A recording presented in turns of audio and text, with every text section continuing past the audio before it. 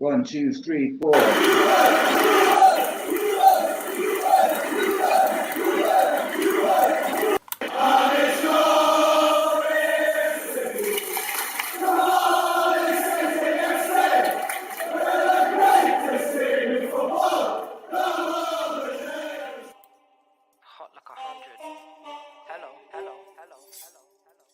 Loading, strapped with the lyrics like I'm bowling.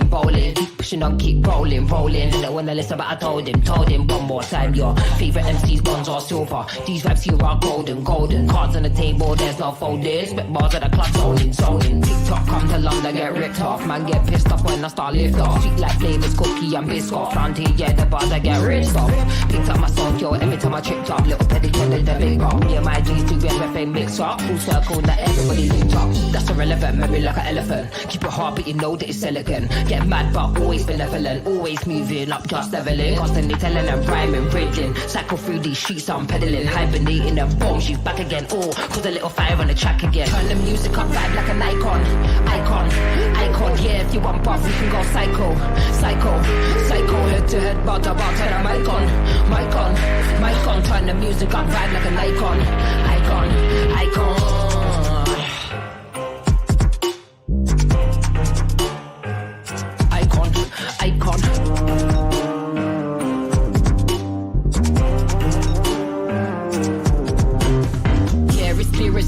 Yeah, I don't mind, I'll do it for the hell of it, yeah. Elevate bars, I regulate, yeah. UK, we love the tune, just meditate. Think that they get it by now, then they kinda late. Man thinks he's a bad man, but he's kinda bait. Live every day like it's my last, celebrate. Mind on the task, we calibrate. Loaded, strapped with the lyrics like I'm bowling. Keep pushing on, keep rolling. Didn't wanna listen, but I told him. One more time, your favorite MCs, bronze or silver. Too bad, these vibes here are golden. Cards on the table, there's no folding. Spit bars that I can't zoning. That's irrelevant, memory like an elephant. Keep it hard, but you know that it's elegant. Get mad, but always benevolent. Always moving up, just leveling. Constantly telling them rhyming, breathing. Cycle through these streets, I'm pedaling. Hibernating them boom, she's back again. Oh, cause a little fire on the track again. Turn the music on, vibe like an icon. Yes, guys, I'm Si. Welcome to Cardiff City Weekly, live from the Rummer Tavern. And you would not believe the last 15 minutes that I've just had. My light went pop, which fused the adapter, which meant I can't use anything. So we're kind of making do with the audio side of things. So you'll have to let us know how it is, because we can't hear it. And I've got no way to listen to it because, yeah, the adapter just went pop. But anyway, we're here to talk Cardiff City. We're at the Rummer Tavern. Everyone's a bit tender after Friday and Saturday. So we're just a nice relaxed evening, talking some football, looking at some classic shirts. We'll see where we go. I got a controversial hot take. I do not want to get promoted, but we'll talk about that in a minute. I'm delighted to be joined by Dan from Cardiff Classic Shirts. How are you, my friends? I'm very well. Disappointed, obviously. Last 15 minutes were a disaster. The makeup department haven't even turned up. I know, so we look like this, which is completely unfair. Looking rough and tired. And it's the thing is, it's funny. Like I had quite a few messages today, like from people who sort of said, "Oh, we're going to come tonight," and we're just like we did Friday, and then we did Stoke, and we're just It's Monday, it's November. Yeah, it's just like we'll be back next week, sort of thing. But that's cool. I get it, and it's all good. And I like to just go and sit in the pub. It's nice. I love it. We're going to talk Cardiff, but I will say, 1st of December is the City Legends night number 2. We announced the guests to the people who are here on Friday, so they all know. But we're not officially going to announce it, probably till later this week. Tickets will go on sale. However, if you are a Patreon, a member of Ace Podcast Nation, you will get 24 hours early access, which means when there's only 50 tickets available, you're pretty much guaranteed to get a ticket if you are a member. So I encourage you. It literally works out 10 pence a day, but it really helps us out. And you get that early access plus a load of other content and stuff. There's like hundreds of shows on there. So for the players you've got coming up, you're going to want to be part of that 50, aren't you? Yeah, like the one on Friday with Andy was like, it was so good. Full bar. We were sat by here actually and just talking, and we did like 45 minutes of me and Andy talking. Had a quick break, and then just opened it up to everyone to ask questions.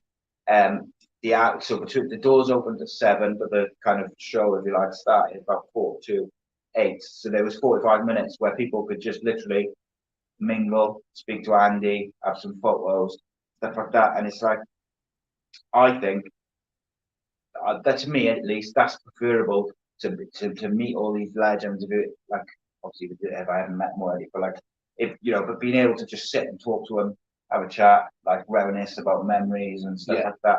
Like, you don't get that opportunity if you're in like a big function room, which has got like 200, 300 people in. You're sat at the back, you can't really hear, you can't really see. Maybe you'll get a photo at the end, but they're kind of pushing you through the queue because they want to get everyone going. Yeah. Whereas it's like the way we did it was like you had that hour before the show kicked off in the private bar where we are now, and people could just shoot the breeze. Not only that, you get so much more out of players once they've retired because they're not afraid of what they. They don't go into media mode, don't they? And like Andy didn't know back, like to quote him, you know, what was your first impressions of Dave Jones? So that was the kind of like honesty that you got out of him. Got some great stories. We also had former Cardiff City defender Gethin Jones turned up as well. A little surprise to Andy. Obviously, Andy took his place in the squad at the Millennium Stadium on that famous day, so that was quite cool. Not for him. Well, no, not for him. I think he's over it now. But like, well, maybe not. You know. But it was quite cool. That was cool as well. Good to see him. It was a good night. Good night had by all, and the drinks were flowing. I think there was a few sore heads the next day, and then Stoke away for some people as well. It was a bit of a trek, innit? So I was some journey back. It was fairly straightforward getting up there, but cross country trains, absolute shout out to you. You really did make that an unpleasant journey back. Yeah, that's it's not the best of journeys as it is, but you know, you have if I want to do a genuine shout out there, by the way, we stopped at 2 pubs on the way back because we had a little while at Stoke-on-Trent train station. Popped over the road to a pub called the Glee, which was absolutely outstanding. We didn't see any other City fans in there. I think it was 5 of us in my group, 5 or 6. We didn't see any other City fans in there. Traditional pub, beautiful, you know, stained glass windows, just like we got here at the Rummer. And then a full-on cheese board, a cheese counter in the pub, and you could get a giant pork pie. You can have some of that now. Cheese board, pickles, homemade pate, and breads and everything for I think it's about 26 quid. Outstanding. I can do with some of that now. And then on the way back, then we got on the cross country train back to Birmingham, where we knew we'd have to change, but we couldn't get a seat, couldn't get anywhere near a seat. Stuck with a bunch of Coventry fans who were actually quite unpleasant to us. So we stopped off in Stafford just to sort of have a drink and then get the next train. The bird in hand in Stafford. Wow, what a pub. Again, beautifully traditional, just like this, with all the old oak wood panelling, and then a nice open fireplace in the corner. Stunning. Beautiful. If that's not what away days are made of, I'll tell you what, I got them and I couldn't remember the results. Well, do you know what, right? Talking of the results of the game, I described it on Saturday and I said it was a superb away performance by Cardiff, and I thought, particularly in the second half, Cardiff were outstanding, and I thought we were quite unlucky not to come away with 3 points. Yeah. And I think the thing to remember as well is that, and look, we all know over the last few seasons, Stoke have been very kind of up and down, unpredictable, probably haven't done what many thought they would, including myself. I kind of predict them every year they're going to go up, and they never do. But they're on the back of winning 3 on the bounce or 4 on the bounce, I think. And if memory serves, it was pretty big, like decent teams they beat in those 3 games. Yeah. So it's not, like I said, it's not a pleasant trip. It's also their banging form. And I said on last week's show, I would take a draw straight away. But when you play like Cardiff did, and particularly in the second half, I just feel like you're almost like a bit disappointed. Maybe that you didn't get 3 points. You were there. How did you? Well, on the train on the way up, we were absolutely having the same conversation, saying, you know, this is a good point away from home, Stoke City. We'd love 3, be disappointed with a loss always. But before, you should be taking the point. First half, there was probably one good chance for either side. Second half, we came out and you've got to say, we probably did enough in the second half to win the 3 points, I think. Windle's chance right at the death there was the last thing that I could think. Oh, it's great save, yeah. But, another day that sneaks in, doesn't it? Yeah. There's half chances on there. And Colwell produced a lot when he came on. He must have come on and turned their left back inside out to cut inside 3 or 4 times in the first 5 or 6 minutes he was on the field. Do you know what I noticed actually watching it? I watched it on TV and what I really noticed with Ruben Colwell when he came on is he didn't take 10 minutes to settle this time. No. So against Bristol, we said, didn't he? It took like 10 minutes. He was taking up like slightly weird positions, but he was still working. And then once he settled, and he was pretty good. He's obviously scored a great goal. I thought against Stoke, he was just good. His work rate was different than we've seen from him before. Yeah, we have the Ruben conversation every week here, but his work rate was different. He was like a forward shopper's, like twice the size of him, but he was everywhere. Ruben, he was looking for the ball. He was tracking back. He turned their left back inside out, and he's cutting inside, and he's creating chances. And the only thing I think we were lacking from Saturday is, like we said before, a proper fox in the box. So Kiefer Moore, I thought Tefe did well when he came on. I was great, yeah. I don't think anyone had a bad game. No, not really. I thought Collins had a difficult game, and especially in the first half. They really got at him, but I don't think it was necessarily that he did anything wrong. I think that they just played quite well down that side. But luckily for us, for Collins, I think Grant does so much work on that left-hand side that he doesn't get like doubled up on too much, Collins, but he did have a lot to do. I thought he did all right, and I thought second half, I thought we were really good. I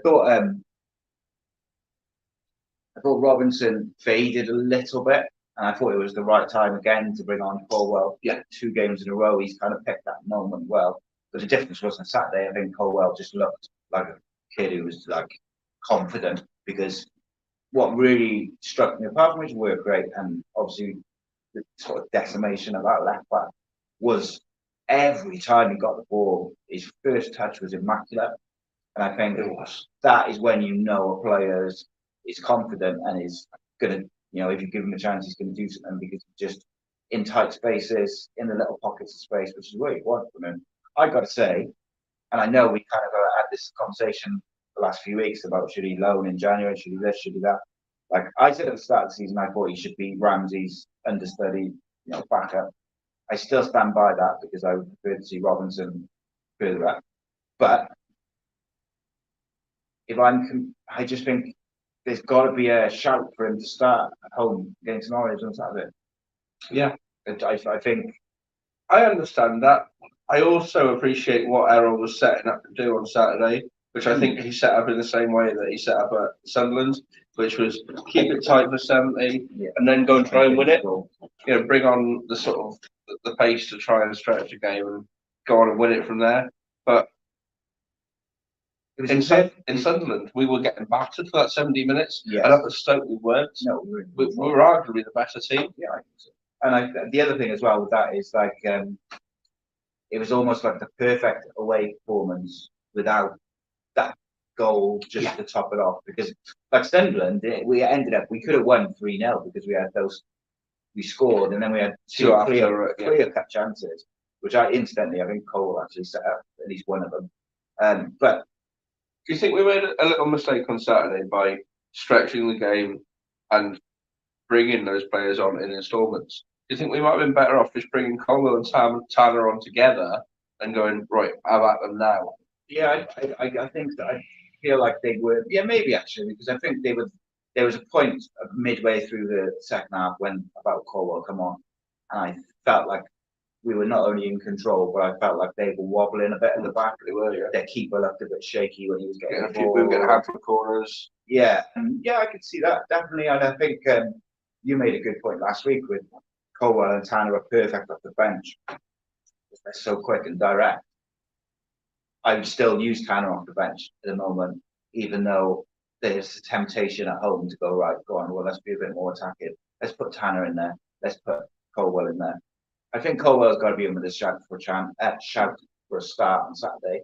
I also think I really like Bowler. I'm a big fan of him. I think he's so good. And I think he does a lot of stuff off the ball that people don't see. Absolutely. So whilst he, if he's not beating his man or whatever, people think, oh, he's not doing anything. He does so much off the ball and he does the simple stuff really well to create space for Ruben Colwell to drift into. If Josh Bowler was good looking and Portuguese, he'd be playing for Wolves. Right? Yeah, of course he would. I think because he's British and blonde, and he probably doesn't get the respect that he deserves. He's actually an incredible footballer. I mean, we're so strong in the wide areas. When you look at I think Grant has got better and better as the season comes on. I do feel like he's almost desperate for a goal at the moment. Yeah. Although I didn't think he was quite as kind of searching for it on Saturday against Bristol. I felt like at points he was like really almost trying too hard to get that goal. I think he had that one good chance, didn't he? Or good shot against Stoke, which wasn't far away. He did his job so well on Saturday. So much defensive. He was undoubtedly man of the match for me. Yeah. I know. I think it actually went to Perry and G as it does every week, and he's so good. He earns it week in, week out. But for me and everyone who I went up with, without doubt, it was unanimous. It was Colin Grant was our man of the match Saturday. Yeah, he was so industrious. There's a question for you then. Out of Bowler, Ugbo, and Grant, who would you sign permanently? If you had to make the decision now, like which ones are the, or would you not sign any, and would you send them all back? Would you try and sign any of them permanently at the end of the season? I think. Go on, you have a think. I think if I was to have one, it would be Bowler. Yeah. I think he's just got that change of pace and that sort of that turn. Winger, and he that turn where he can. I think he can do something that he can offer us something the other two can't. We've got players that can offer what the other two can, if they choose to do so. But I think Bowler offers us something that the others can't. And for that reason, I'd go with Bowler. So if I had to pick one, I'd probably go with Bowler as well. If I was just picking which ones out of the three I was picking, I'd probably keep Grant as well. I think because I do you know what would be really interesting to me is if we played Grant through the middle as well. I said that a few weeks back. I think I can see a lot of the hard work and the running of the channels and running in behind. Yeah, I can see him getting in to create chances, but also creating more space for the others. Of course, we've got O'Dowd to come back as well, which is insane. I mean, we're still just outside the transfer. We're seventh, just outside the playoffs. Ramsey for what? They're 4 or 5 games now. Yeah. So I mean, and everyone said when we started the season well. You've got that second tier podcast, what they call something like that. There's that guy that hates Cardiff, and he's saying, well, he can't win games without Aaron Ramsey, even though 4 weeks previously he'd been saying Aaron Ramsey's dead in the water. And then it was just winning games to Aaron Ramsey, and then we've got no Aaron Ramsey, and we're still winning games. But do you think sometimes fans from other teams they kind of say these kind of sweeping statements? Oh yeah. They don't really watch the games. They haven't seen Cardiff play, and they just it's an easy stick to beat. Aaron Ramsey shouldn't be playing at this level. So if he's at the side, Cardiff are going to be shy. But I think you could argue that we've probably played better football, or we've had better results without him. Not because he's not there, but just because he's been out for the team is still gelling together, and they're growing as a team. But to have Aaron Ramsey to come back into that is still really exciting. And the people from other teams who are saying those sorts of things about Aaron Ramsey, if you think he wouldn't get into the English national side, then you are absolutely dreaming. Well, I've said many times, like if Ramsey hadn't had such a serious leg break when he did, he would have gone on to play in Spain for Madrid or Barcelona, and he would have been one of the best midfielders in Europe. 15 years. He still went to Arsenal and Juventus, Yeah. That's a career that 99.9% of football is. Yeah. But I just mean he would have been elite. Like he would have been up there with the Mbappe's and the Xavis and all these people we've seen over the years. Like he would have been in that bracket. It's just unfortunate. Played for Cardiff City 3 times. How many players can say that? Certainly. That's a genuine question. I don't know. I don't think Bellamy did it twice. Came back twice, didn't he? Kumas, yeah. Chopra is the other. Chopra, yeah. 3 times. What a tease that is, isn't it? Also, just while I remember, I got 2 videos coming out this week. One is a preview for Cardiff City Norwich, later Thursday or Friday, and also got 5 players that Cardiff should look at in the January transfer window. If you have any suggestions for that, feel free to shoot it my way. Not saying they'll be in there, but you know. So if you take Kiefer Moore out of the conversation, just off the top of your head, can you think of a player that you would like Cardiff to look at? Because I saw something really interesting today. Nico Williams hasn't played for the last 5 games, I think, for Forest, and there was talk of him potentially going out on loan or leaving Forest. But that kind of pricked my ears up straight away. Where do you see him fitting in? Oh, look, I like Joanna Collins a lot, but if you're offering me the opportunity to have Nico Williams, like if the opportunity came to sign Nico Williams at a price that is good for Cardiff City, or a deal that's good for Cardiff City, I think you'd be stupid not to strengthen your squad. He can play left back, he can play like a wing back because we have been known to play 3 at the back at times. He could also probably do a job on the wing, I think. And you can also kind of play in midfield. Like he's a very versatile player. And I just think, I'm not saying that they should necessarily go and look for a left back, because I think Jamal Collins is an excellent championship left back. I think he's really finding his feet after a serious injury. I guess my point is, if Nico Williams is available and he's interested, and you can do a deal which is weighted and stuff like that, I think it would be silly to let him go elsewhere. Do you know what I mean? Yeah, a bit like I felt like about Anthony as I watched him sign for Leeds. I was just about to say Anthony. So sick. Do we look too hard at Welsh players? So I was going to say Anthony for the same. So Jonathan just says there, there's a 2-player loan limit from clubs. So we've got Panzo and Bowler from Forest. We can't loan him, but we can buy him depending on his price. I don't know how much. Well, yeah, January obviously we've got more options. I don't know what. Isn't Bowler out of contract in the summer next summer? Yeah. So if we were to sign a free contract, I don't know. It's just an interesting conversation. It was just something which kind of caught my eye earlier. One of the players who I really wanted to sign was Axel Tuanzebe. Was released from United in the summer. Yeah, very versatile, very good defender. Yeah, I think he was on loan there for a bit. He's gone somewhere in the Championship. I forget somewhere. But I really wanted. I felt like he was the perfect profile of defender for what to kind of counteract what we already had. But arguably, Panzo will do that same sort of role. But yeah, I mean, a player that we assumed was going to come in and be a starter has not had any minutes. So like one game in the EFL Cup. Yeah, the Carabao Cup. Yeah, bit of a nightmare in fairness. But I don't think it doesn't give it just him. But I'm glad you brought that up because his match worn shirt from that game is currently official. There you go. Let's look at the shirts. What shirts we got this evening? I can't remember. We're in reverse. So we got this white one here, which is Don Cowie's one, was it? It was, yeah. It wasn't a particularly popular shirt, obviously owing to the white. I've always loved our white shirts. The Brains shirt in 1995, 1996. This one as well, and I even have time for the cosplay. Yeah. This has been in the shop since the day I opened, and I can't believe it, because I think it's one of the nicest pieces I've had in. And it can only be due to the size, because it's a tight medium. Because if that was in an extra large, I think I'd have had gone so many buyers. And then we've got an FAW Cup shirt there. Obviously Steve Borley, CMB sponsors. Red Row. Red Row at the end.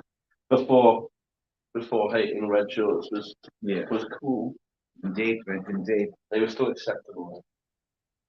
Yeah, it's going to be interesting as the season develops because Cardiff are going to at least spend a little bit of money. I think I don't expect this to go. I was kind of tongue in cheek saying we're going to go and sign Nico Williams because I don't think we'll be able to afford him.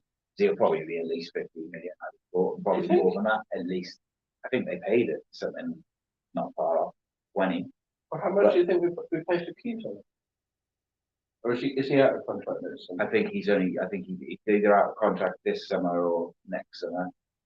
He also, but then these players, if they're not playing and they're on fairly decent wages, the clubs might want them. I think even more might, if Cardiff offered sort of 3.5, 4 million for even more, I think Bournemouth are going to at least consider it.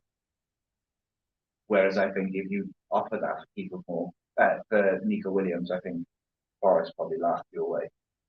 I just think age, everything starts to Wales, and I just think People with a late bloomer. yes, but they're two which I'll probably have on my list of 5. But there'll be plenty of others.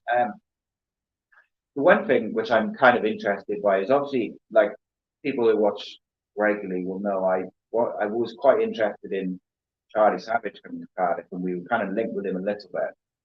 And obviously he went to Reading. I think we did have talks with him, and I'm not sure how far they went, but they certainly had a little chat at least.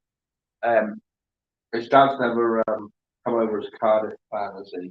No, but I think he's very pro-Welsh, and I think playing for a Welsh club, I don't think would be the worst thing. But he went to Reading, but they're bottom of League One, and they are in massive trouble. Reading, and just looking now, they've lost the last 5 points.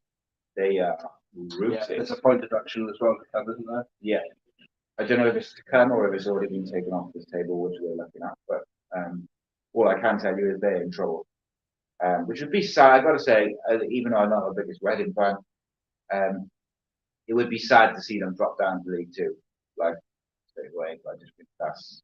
I know this isn't the BBC, but just for balance, I wholeheartedly disagree with that. I think it's fair. Yeah, that's fair enough. But it's I want Sheffield Wednesday to. I think I said last week, didn't I?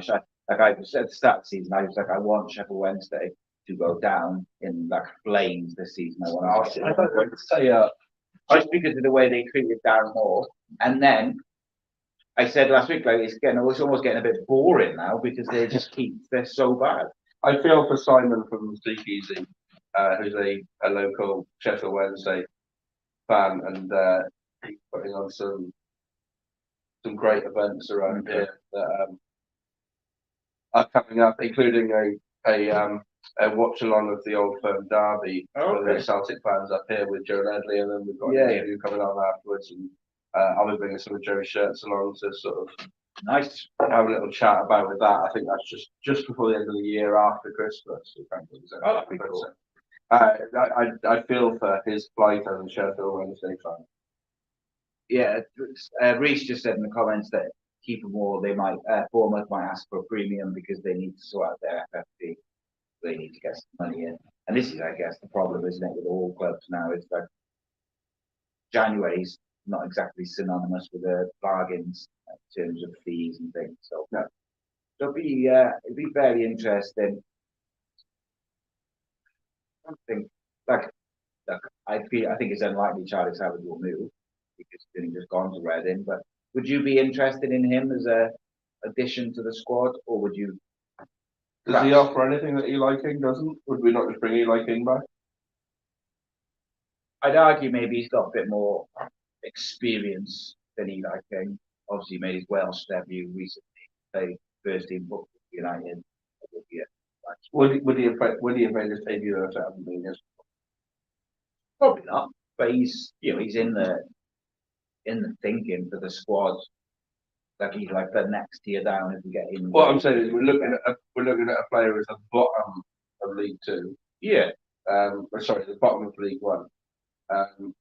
Compared to a player who's at the top of League Two, winning games, is making a difference. Eli with a fantastic assist day before yesterday to put Morecambe through. It was like prime deal to put Morecambe through the next round of the FA Cup. I don't see why we'd go after a Charlie Savage when we've got Eli out on loan. Yeah, I can see that. I can see that. He's winning games.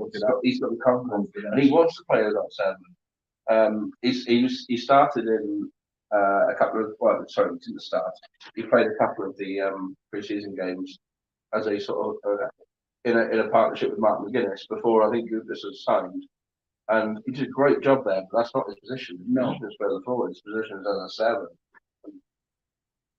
I just wouldn't see us going after someone like Charlie Savage.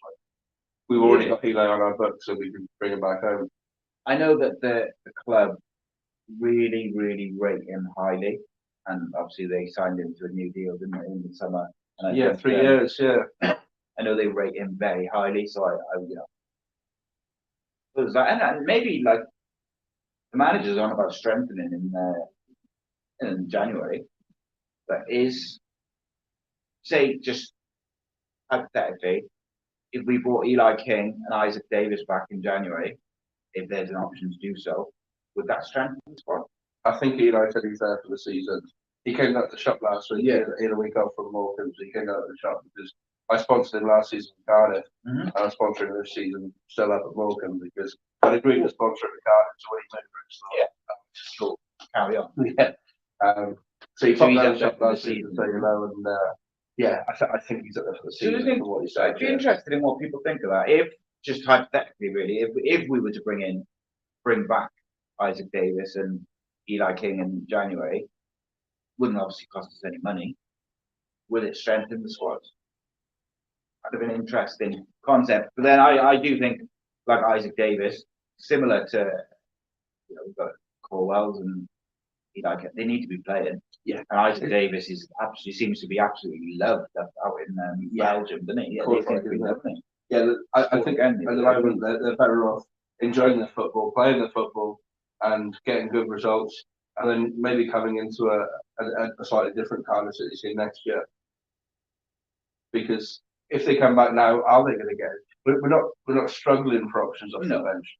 Like, we've had some games when we get players back, I think it's going to be interesting who we got.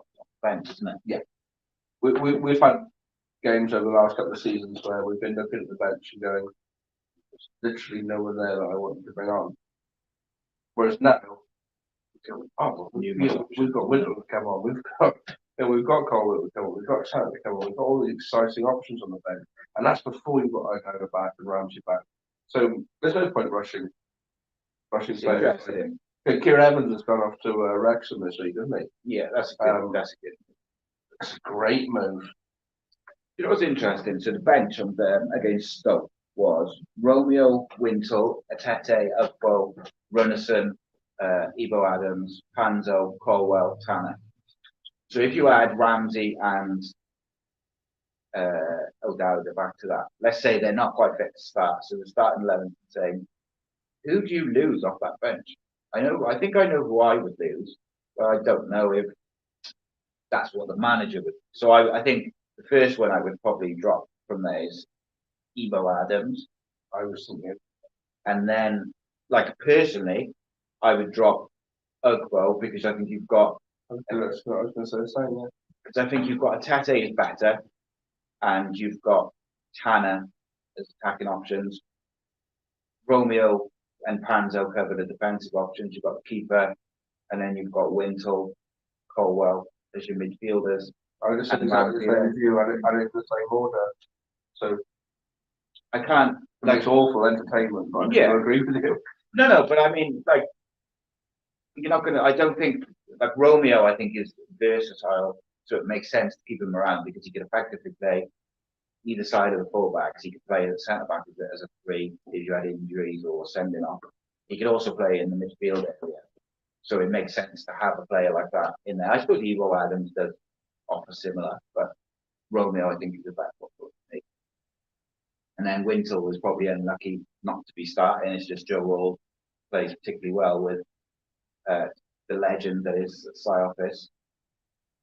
Hope he stays forever. I just got it ridiculous. And then like you've also got like the the likes of Joel Colwell and others, Ashford, down in the academy, and I know like for a fact that Joel Colwell is so highly rated in the academy, and they think, we something really special. Obviously, it's difficult because you don't know. A lot can happen between 17, 18, 16, whatever, to 19, 20.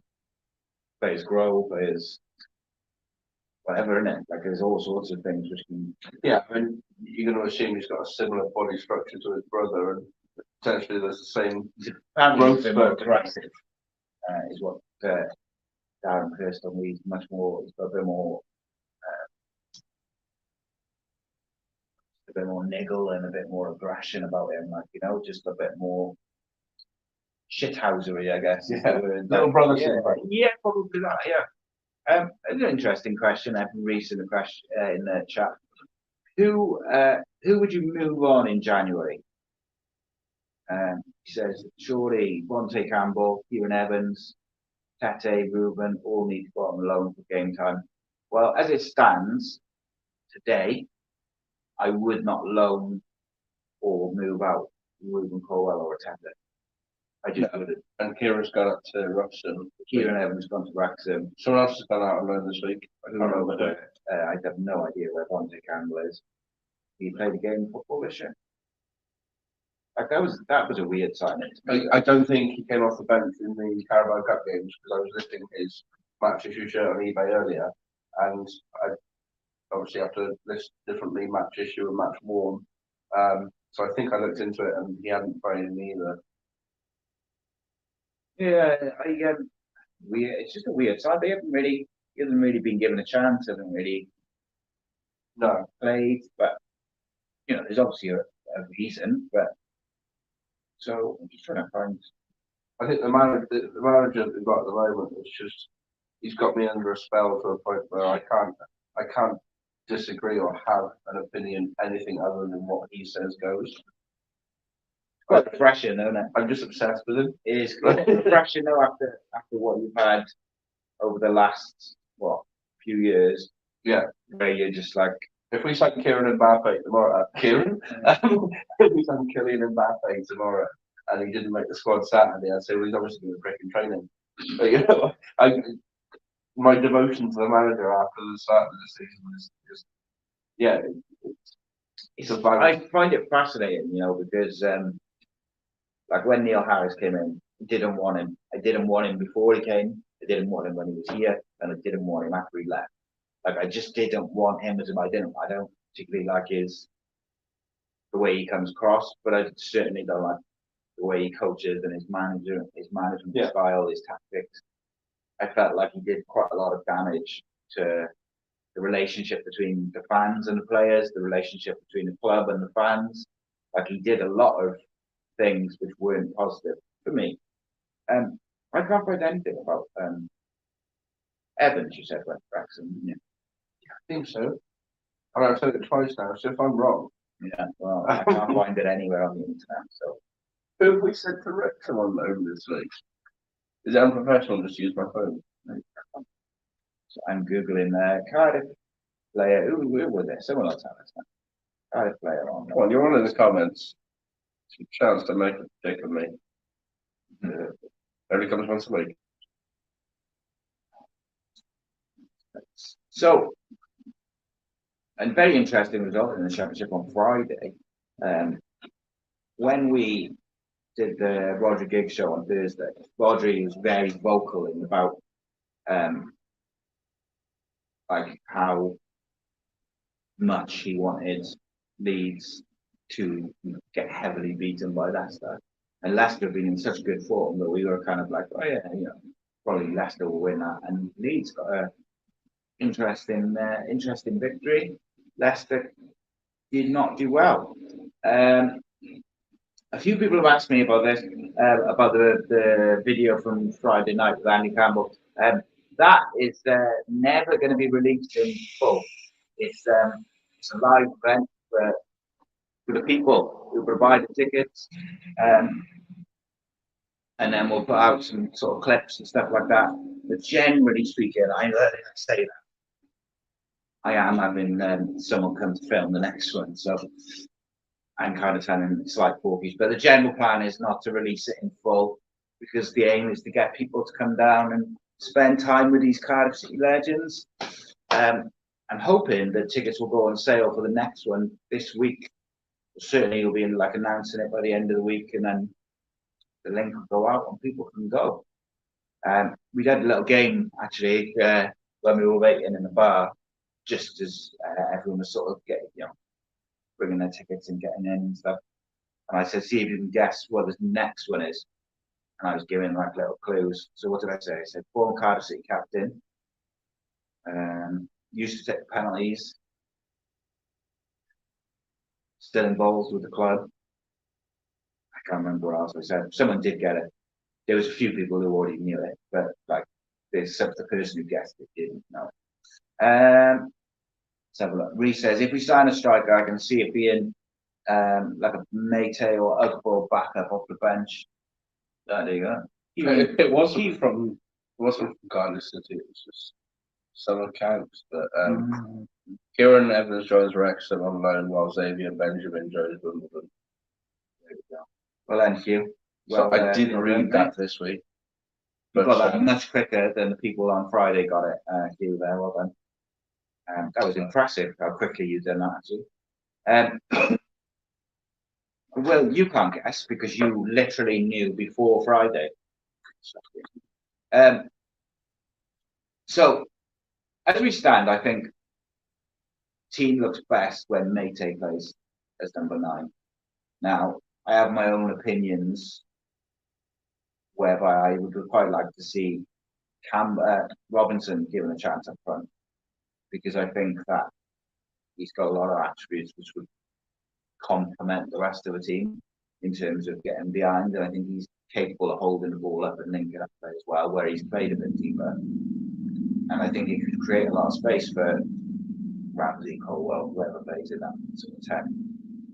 But I do like Mate up front, and I think he's growing in confidence, and that has coincided with the likes of Colwell doing better. Brandt has kicked on. I think that comes from Mate being the target man and playing off it. But again, just what Jonathan has just taken the words out of my mouth. Just before Tete's injury, he scored 3 goals in 3 games. They were 3 very different goals. In the finish. I was really impressed. He seemed to have a bit of a change of attitude, working really hard, and I thought he did very well on Saturday as well. So I'm kind of interested if he gets a nod on Saturday, because I think if he hadn't had that injury, I think he was bang in line for a start. Yeah, because the goal. Do you know what? I know the one which he volleys like across the goal from the right hand side of the area. I think it was the first goal he scored over 3.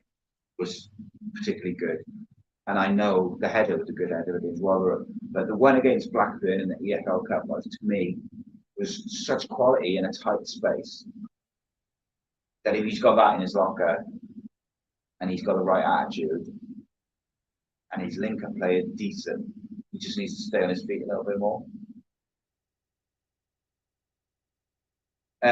Q says, what did I think of the City fan dressed as Campbell? I thought it was excellent, mate. I really did. It was quality. So basically, it was a guy, and he had full yellow kit, the yellow card, the orange wig. The only thing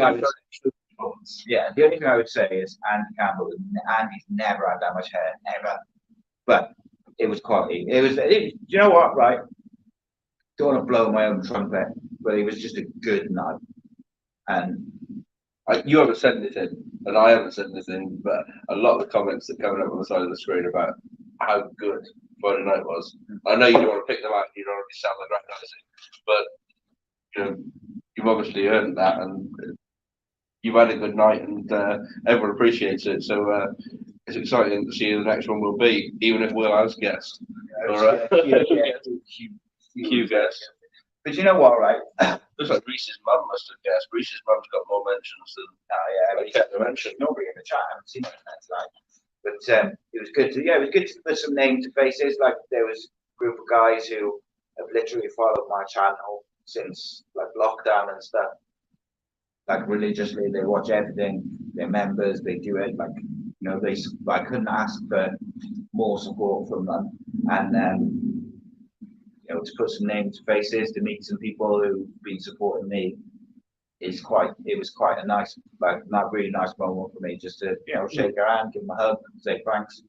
Like, that was good for me. And like, so I kind of looked at it in the aftermath after Friday. I looked at it in two ways. So on one hand, I was kind of like, it was quite stressful just getting it all ready and then having to do it and hosting it and then obviously afterwards tidying up and it was quite stressful. Yeah. And I didn't sleep on Friday night just because I had so much adrenaline. Yeah. But it was wicked. I really enjoyed it and I was so grateful for everyone for buying tickets and coming in and stuff like that. It was wicked. It's just a generally good night. But then I also looked at it from like before I did the podcasting and now promoting live events. Like before I did that, I've just like done this that I'm just a city fan. And the opportunity to just like sit in a pub and chat to like these people who've been like a massive part of you growing up or like your teens and 20s and following Cardiff and stuff. So then not just meet them and have a quick photo, but like to be able to sit and talk to them. That's something which I think I would have really enjoyed and appreciated and like made the most of it. And I hopefully like the people who were there will spread the word and because it was weird. The bar was very full, and I think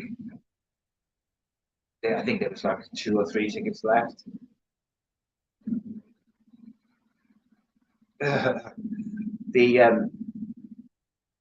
was a few tickets left, but a few people didn't turn up as well. We did buy tickets, so like I'd love to get a 50, and I know.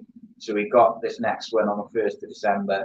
I'm still toying with the idea of doing another one, either just before Christmas or in between Christmas and New Year. But being perfectly honest, I think it's more likely that it'll be 1st of December and then sort of mid-January, February, and then it'll be monthly. But yeah, of course. I got like a long list, but my plan is I want to start January with a bang if possible. A really good we'll see. Yeah, we'll have to see how it works out and stuff like that. Obviously, you can only get 50 people up there at one time, so if he was open to do an event with all of Ole Gunnar Solskjaer's Norwegian signings, but then there would be 3 tickets available. Oh, mate, do you know what? I would love to interview Max Darley. I liked Max Darley. Him and Kimbo. I thought they were going to go on and do big things. I thought he was such a player. He just didn't. It's just funny enough. I had like a Facebook memory yesterday or the day before, slagging off Russell Slade for refusing to play Bergstaller, Darley, and someone. It was someone I can't remember who else it was, but it was all Ollie's signings, which he kind of froze out when he came in. Yeah, Russell Slade. Bergstaller went on and did great things. St. Pauli, was it? Yeah. St. Pauli. I think a lot of them. Cornelius went on and had a successful career around Europe. Sorry, did you see him in the World Cup this year? Only a little bit. He missed an absolute tap in at the back post, like from a literal foot out. Oh, that is the Andreas Cornelius that I remember. Yeah, I mean he's gone on and scored goals, hasn't he? But he never. Do you know the weird thing with him, right? All the other signings, I think, on the whole, probably didn't produce what they could have. Even Gary Medal, who I love, like he had like a really good spell and then he kind of fell off a little bit. But like the one which kind of stood out for me was Cornelius didn't really get a chance. Like he never really had like a run of games where he had like a start or played an hour or you know what I mean? Like he just was on the bench. Perhaps, but I think. But you pick your side on who's performing, didn't you? But it was just weird. When he did come on, it looked like a dog chasing a football. Yeah, he reminded me of Rudy. It looked like he had never seen a football before in his life. Yeah. Whereas you could say it's someone like Etienne Velaconia, 3.5 million we spent on him, and he made what 3-4 appearances, maybe scored a goal in a Carling Cup game or something. Yeah. He arguably deserved more of a chance and didn't get it. Whereas Cornelius did keep getting those sort of 20 minutes here and there, and yeah, absolutely. I mean, I'd have a better chance of. Oh well, Reese has Notching just them. reminded me of someone else whose number I've got. That's another story. The other thing is, It's classed as a legend, probably not. I no, think it'd be an not interesting certainly night, not for us. No, but he is. He's a real cool guy. I remember what he said. Am I allowed to say what? Can I say what he said when he left the club? Because I'm so angry about it. I don't want to give anything away, but I remember him tweeting the day he left the club to go to another club, who were fighting for promotion at the time, and we weren't ostensibly. And after playing, 30 games for us in the season, he went on this other club to loan, and he said he tweeted out, "It's really nice to have something to play for now for the rest of the season." Play for personal pride. Yeah, Play for the club. I'm not going. Yeah, I'm not going to name the player or the club, but he said it'd be really Oh, nice. I got an interview with him up on my channel where he talks about some of the things which went on during the Ole Gunnar Solskjaer's reign, and it is flipping scary from people picking the side who are not the manager to other stuff. But I've got to say, like, he didn't do much about it. But as a bloke, certainly to do a podcast with, he was really, really funny and sound. I really enjoyed it. It was one of my favourite ones, actually. I just thought that sort of tweet was really disrespectful. Yeah, of course it is. It's like, it's really nice to have something to play for the last 6 games of the season. Like, what were you playing for before? Just your 10 grand a week? Is that it? Was it? Will says it's great that it's limited to 50 tickets. It makes it more personal. Yeah, and I think that's it, isn't it? Like, because it's limited, like I mentioned right at the start of the show, mate, it's like if you're in a room with, like, say, 300 people and you're sat at the back, say someone like me who's got like a bit of mobility issues, can't be like standing up and down all the time. Like, it's just, you're not going to enjoy it. I'd probably leave, really, if I couldn't hear it properly and I was uncomfortable anyway. Like, if I'm going to be in pain and be uncomfortable, at least want to be able to, have a good night and sort of thing it that way. But I think having like a small amount of people here enables you, just like I said, to spend time with the players. And yeah, it's amazing to have that sort of access to players who, I mean, perhaps when we were teenagers, we were looking at Andy Campbell and going, "Oh, that's a god." And then you get to our age now, and you get to sit down, have a beer, and chat with him. oh, mate, it always fries my brain like that. And like two of my pretty much closest mates are like Rodri Giggs and Andy Campbell, and it's like one of them is the brother of the player who I grew up idolizing, and the other one is like I loved him when he played for Cardiff, and when he, like, obviously he scored a goal, and like I was literally outside the City Arms until like 3-4 in the morning singing Peter Thorne songs, and like I was 16. But like, do you know what I mean? It's just weird how it's kind of turned out. And even my missus, who's like, she's very bluntly honest with me, which is what I need. But also, like, even she was like, because I was driving and we were flicking through my phone book to try and find one of the boys or whoever we were phoning, and it was just like Ski, blah blah blah blah, all these different people. Just very, she was like, Jesus Christ, why have you got all these footballers and boxers and one? But it's all come from the podcast. And look, I'm not like I said, I don't like to kind of blow up my own trumpet, but all I can say is if you're a Cardiff fan, particularly I think if you're a Cardiff fan who's like between sort of 25 and 50, like this next year is going to be really special for you if you come to these events, because every single player is that we've got lined up and coming. It's just like unbelievable to be able to sit in the room with them and just chill out and stuff.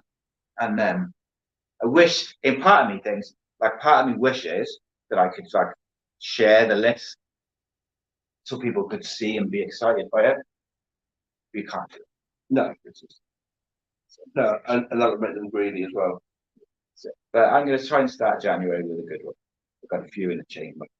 The one for December next year is the one, I think, if it comes off. finish the year. That'll be the big one. But we'll see. Got to keep selling tickets. I don't know. I haven't been told. That's it. Whisper it in a minute. But yeah, look, we'll see. We'll see. People really supported the Anne Campbell one. Hopefully, they'll support the next one. 1st of December. When tickets on sale for that? Hopefully by the end of this week. I'm hoping. Speak to Dan tomorrow. But like the gist of it is, like, being bluntly honest, is because I've received a lot more messages since Friday. It's funny, you said to me the other day about people saying like after the event. Yeah. I had a load of messages on Saturday saying, "Oh, I didn't know about it." And it's like, Jesus, like I don't know what more I could. How many more groups and posts? Absolute hilt. Yeah, it's like I don't know where else I could have put it short of just putting it on the BBC or something like that. Like, Yeah, weird. Like, I think tickets will be harder to get second time around because one, you've got the 30 odd people, I think it was actually the 45 people who bought tickets to this one.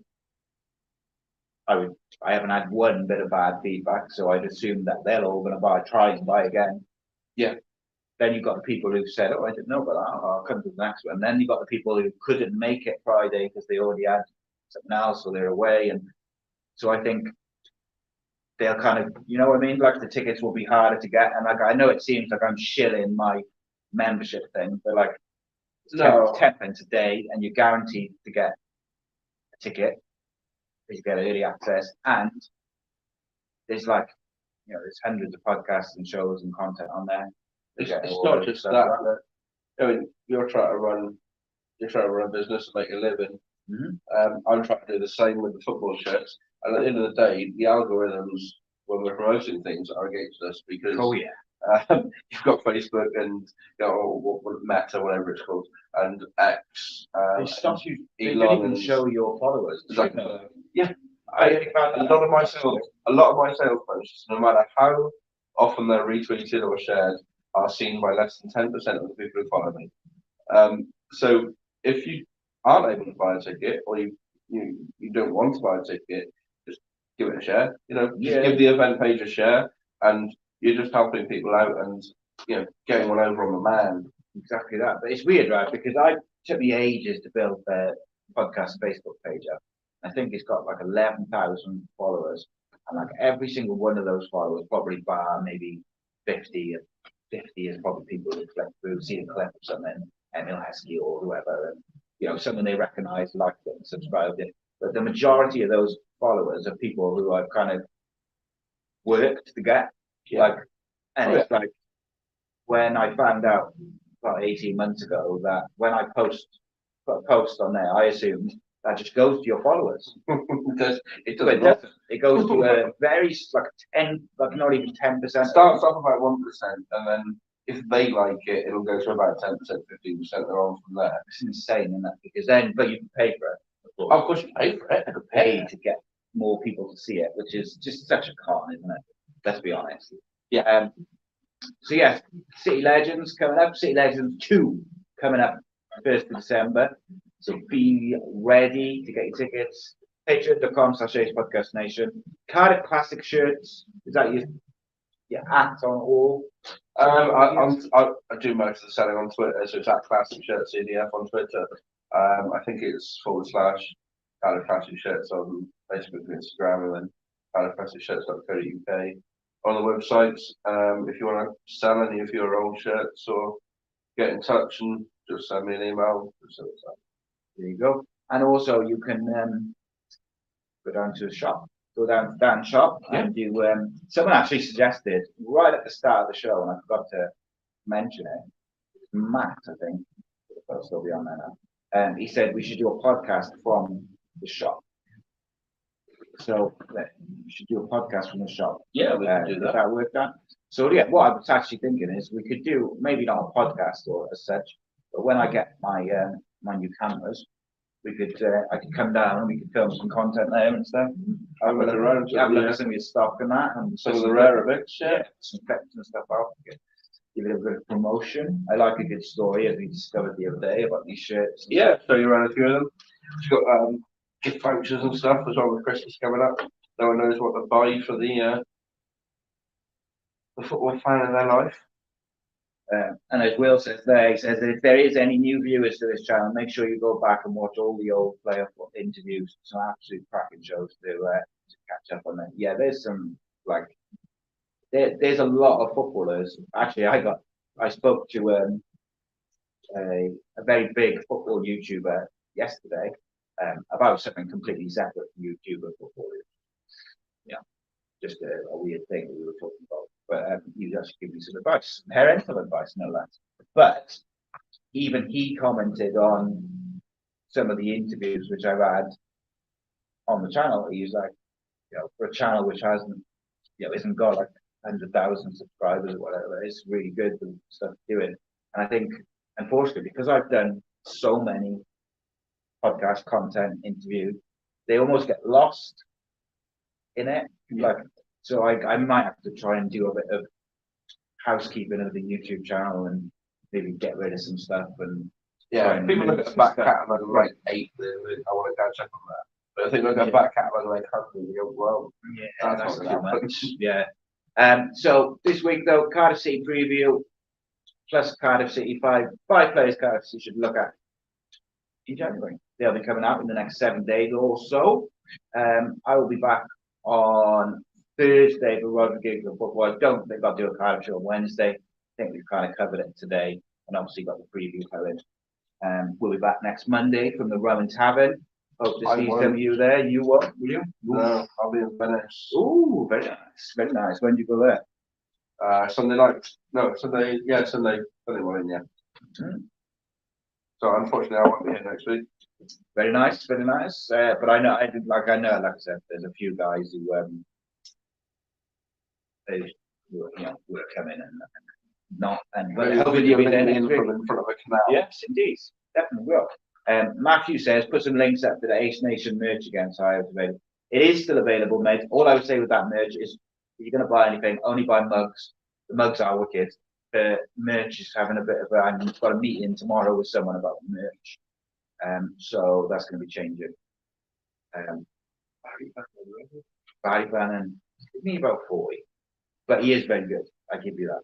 But I don't know whether, does he improve what we've already got? He's good in a Sheffield Wednesday, so I'm not sure if he's doing now. So.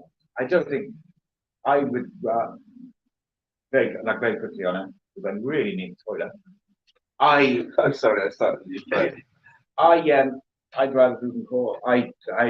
What I've seen from Ruben Corwell against Sunderland, against Bristol, and Saturday, if you can get that consistently out of him, if you can have him as confident as he was on Saturday, he would be my backup to Aaron Ramsey, no doubt. Because I think if you can keep playing him half an hour, a few starts at home, a few starts in the cup, and he can carry on with that sort of confidence, I think he'll be a special player. Because I think the potential is there for him to be special. Absolutely. But he needs the belief and the confidence to perform like he did on Saturday. But he also needs the minutes. So, if the manager prefers Robinson and Ramsey's back 100% fit, then maybe you could send him on short-term loan to play. But I don't know. We'll see. I'll be back Thursday. Check out social media and stuff like that. For anything else, remember patreon.com/podcastnation, Cardiff Classic shirts, and support the Rummer Tavern. Bye.